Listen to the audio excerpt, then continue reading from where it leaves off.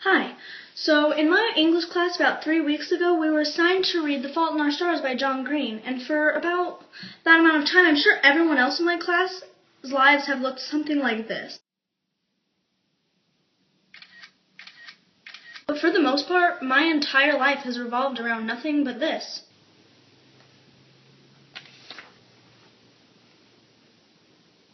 So like anyone else who spends a majority of their life reading and rereading a book, they're going to have a few theories about it, and I'm going to tell you about mine now. One question I have is that if Peter Van Houten wrote An Imperial Affliction about his daughter who died at only 8 years old, why would he make the main character a teenager? My idea is that Peter Van Houten would write the story with Anna being a teenager because he wanted to give his daughter teenage years that she never got to have because she died of leukemia when she was only 8.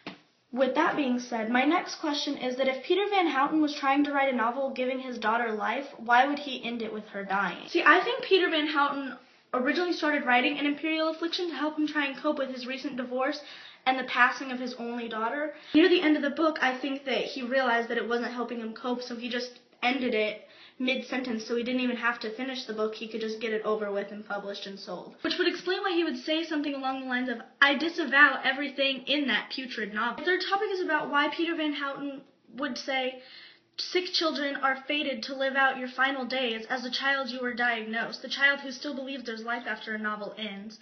I think he would say that because, metaphorically speaking, the novel didn't bring back his daughter, and it didn't even help him feel better about her death, really. That's why he would take up drinking. Why do these theories even matter? Well, they matter because you as the reader need to understand that Houten isn't just a tool who's really good at writing cancer books that don't suck. And finally, for my last theory, a discussion came up in class about whether or not we thought that John Green was writing the book as though Hazel had written the book,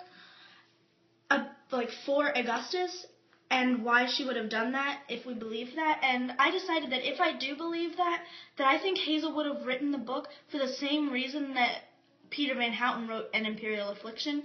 She wrote it because writing doesn't resurrect, it buries, and she wrote it to try and cope with Augustus's death. And unlike Peter Van Houten, she was able to, she was able to deal with it and come to peace with it versus just being so angry that you can't even finish the book. That's why she let Augustus die and be remembered instead of just die in the middle. So those are all my theories about The Fault in Our Stars by John Green.